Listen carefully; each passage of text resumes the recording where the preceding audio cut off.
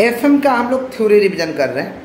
Theoretical chapter मतलब जहाँ से थ्योरी क्वेश्चन आते हैं उसी चैप्टर को हम लोग रिवीजन कर रहे हैं की पॉइंट्स में। 10 मिनट में सारे कुछ कवर हो जाएगा, इसको देख के जाइएगा, ज़रूर आपको मदद मिलेगा। सबसे पहला फाइनेंशियल मैनेजमेंट। फाइनेंशियल मैनेजमेंट का मतलब होता है पैसा का मैनेजमेंट करना।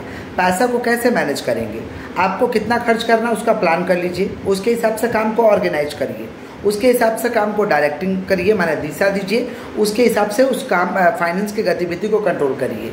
इसको हम कहते हैं फाइनेंशियल मैनेजमेंट।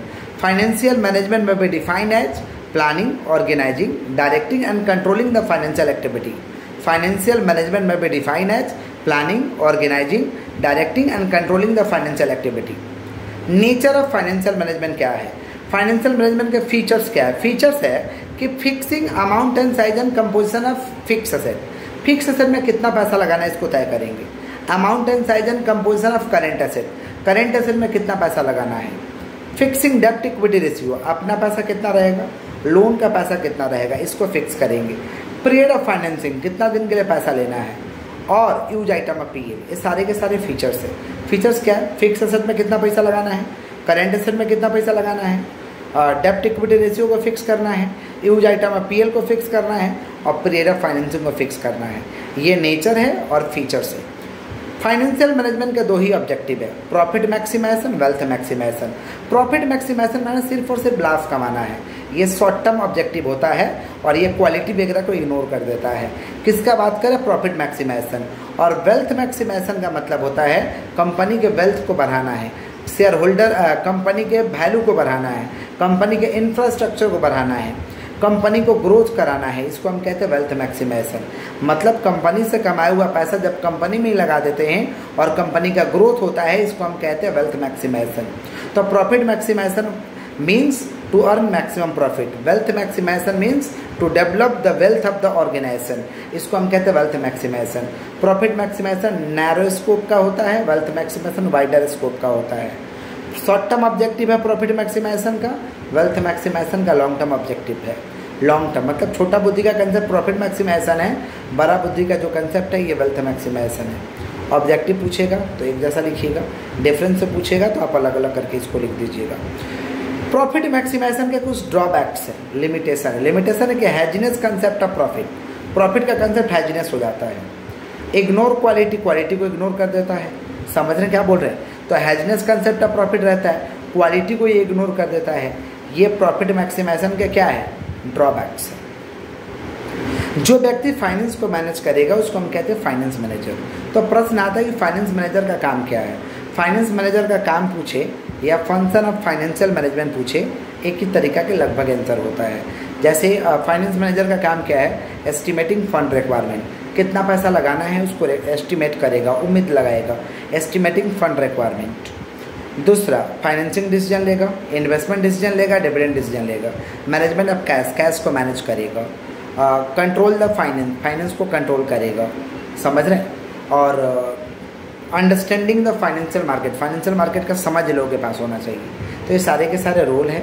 किसके रोल है, चीफ फाइनेंशियल ऑफिसर के, या इसको कहिए function of financial management. Repeat कर दे रहे हैं, estimating fund requirement, estimating capital requirement, finance decision, dividend decision, investing decision, manage of cash, control the finance. ये सारे के सारे फंक्शन हैं फाइनेंशियल मैनेजमेंट के, या हम कह सकते हैं रोल है ये चीफ फाइनेंशियल ऑफिसर के। फाइनेंशियल बिजनेस एनवायरनमेंट के 3 कंपोनेंट्स हैं। Financial business environment, financial business environment के 3 कंपोनेंट्स हैं, जिसमें 3 चीज़ आएगा। फाइनेंस के एनवायरनमेंट के 3 कंपोनेंट्स हैं, financial institution, financial market, financial services. Financial institution माने जो फाइनेंस का लेन देन का काम करता है। फाइनेंशियल मार्केट माने जहाँ से पैसा को हम लोग रेज करते हैं, समझ रहे, उसको फाइनेंशियल मार्केट। और जो फाइनेंस संबंधित सेवा देते हैं उसको फाइनेंशियल सर्विसेज कहते हैं। तो फाइनेंस के बिजनेस एनवायरनमेंट के 3 कंपोनेंट्स हैं, financial institution, financial market, financial services. Time value of money, time value of money कहता है कि आज का जो पैसा है इसका वैल्यू फ्यूचर में ज़्यादा होगा, और फ्यूचर का जो पैसा का वैल्यू है आज के रेट में कम होगा। ये कौन कहता है, time value of money. Time value of money को निकालने का डिफरेंट तरीके हैं, डिफरेंट तरीके से हम लोग निकालते हैं, जिसमें सिंपल इंटरेस्ट है। Simple interest means interest charge on principal amount. सिर्फ और सिर्फ प्रिंसिपल अमाउंट पे इंटरेस्ट चार्ज करेंगे, इसको सिंपल इंटरेस्ट कहते हैं। कंपाउंड इंटरेस्ट, कंपाउंडिंग टेक्निक जिसको कहते हैं। Compound interest means interest charge on principal amount as well as interest. Principal पे ब्याज चार्ज करेंगे, इंटरेस्ट पे भी चार्ज करेंगे, इसको हम कहते हैं कंपाउंड इंटरेस्ट। डिस्काउंटिंग टेक्निक है, डिस्काउंटिंग टेक्निक के जरिए फाइंड प्रेजेंट वैल्यू वगैरह को निकालते हैं। इस चैप्टर में मुख्य रूप से पढ़ना रिस्क और रिटर्न का relationship. Risk means chances of loss, loss के चांसेस को रिस्क कहते हैं। तो higher the risk higher will be return, lower the risk lower will be return. ज़्यादा रिस्क है तो ज़्यादा रिटर्न है, और कम रिस्क है तो कम रिटर्न है। ये रिस्क और रिटर्न का रिलेशनशिप है। Higher the risk higher will be return, lower the risk lower will be return. और कभी कभी होता है higher the risk low return, low risk high return, इसको हम कहते हैं निगेटिव रिलेशन। पहला वाला को कहेंगे पॉजिटिव रिलेशन, इसको कहेंगे negative relation. Sources of finance, sources of finance का मतलब बिजनेस के लिए हम रुपये का जुगाड़ कहाँ से करेंगे, पैसा का जुगाड़ कहाँ से करेंगे, इसको हम कहते हैं सोर्सेस ऑफ फाइनेंस। फाइनेंस को जुगाड़ करने का दो तरीका है, एक शॉर्ट टर्म है, एक लॉन्ग टर्म है। कुछ दिनों के लिए पैसा लेंगे, माने 12 महीने से कम दिन के लिए पैसा लेंगे, उसको शॉर्ट टर्म कहते हैं, और 12 महीने से ज़्यादा दिन के लिए पैसा लेंगे, उसको लॉन्ग टर्म कहते हैं। Long term sources of finance के तहत आएगा equity share, preference share, debenture loan. Equity, preference, debenture loan. Equity share capital जो होता है ये परमानेंट नेचर का कैपिटल होता है, but preference share capital permanent nature का कैपिटल नहीं होता है। इक्विटी शेयर को इजीली मार्केटेबल, आराम से बेच सकते हैं, प्रेफरेंस शेयर को आराम से नहीं बेच सकते हैं। इक्विटी शेयर में rate of dividend not fix, preference share में रेट ऑफ डिविडेंड फिक्स, माने रेट ऑफ डिविडेंड यहाँ क्या रहता है, फिक्स रहता है। इक्विटी शेयर में वोटिंग राइट अवेलेबल है, प्रेफरेंस शेयर में वोटिंग राइट अवेलेबल नहीं है। इक्विटी शेयर को बाई बैक कर सकते हैं, प्रेफरेंस शेयर का पैसा हम लौटा सकते हैं। तो equity share capital is a permanent nature of capital, preference share capital is not a permanent nature of capital. Rate of dividend not fix, rate of dividend fix. Equity share में भी by back, preference share can be redeemable. Voting right available, यहाँ पे voting right not available. यह difference करके पढ़ाए हैं, कुछ भी आएगा तो आप लिख लीजिएगा। डिवेंचर, डिवेंचर का मतलब लोन होता है। Debenture is a certificate of loan, loan के सर्टिफिकेट को हम डिवेंचर कहते हैं।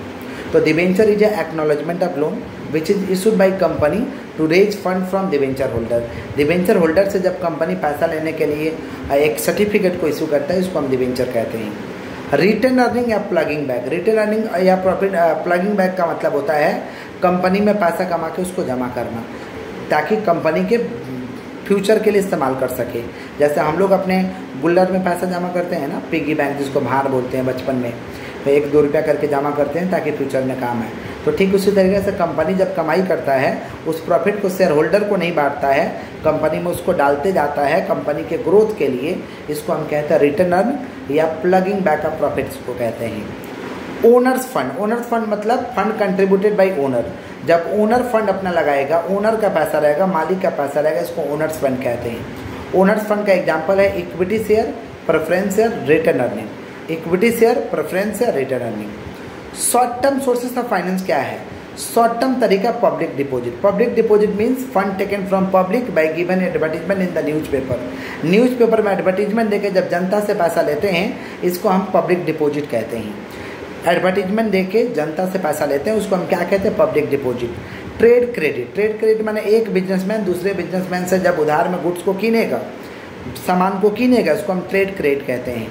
Trade credit facility provided by one businessman to another businessman. एक बिजनेसमैन जब दूसरे बिजनेसमैन को ये फैसिलिटी देगा, इसको हम कहते हैं trade credit. Trade credit facility provided by one businessman to another businessman. एक बिजनेसमैन जब दूसरे बिजनेसमैन को इस फैसिलिटी को देता है, इसको हम कहते हैं ट्रेड क्रेडिट। उसके बाद था हम लोग का इंटर कॉर्पोरेट डिपॉजिट। एक कंपनी दूसरे कंपनी में पैसा को जमा करेगा, इसको हम कहते हैं इंटर कॉर्पोरेट डिपॉजिट। उसके बाद था डिप डिस्काउंट बॉन्ड। जब हम बॉन्ड को हेवी डिस्काउंट पे इशू करते हैं, इसको कहते हैं डिप डिस्काउंट बॉन्ड। ये सारे के सारे शॉर्ट टर्म सोर्सेस हैं पैसा को लेने का।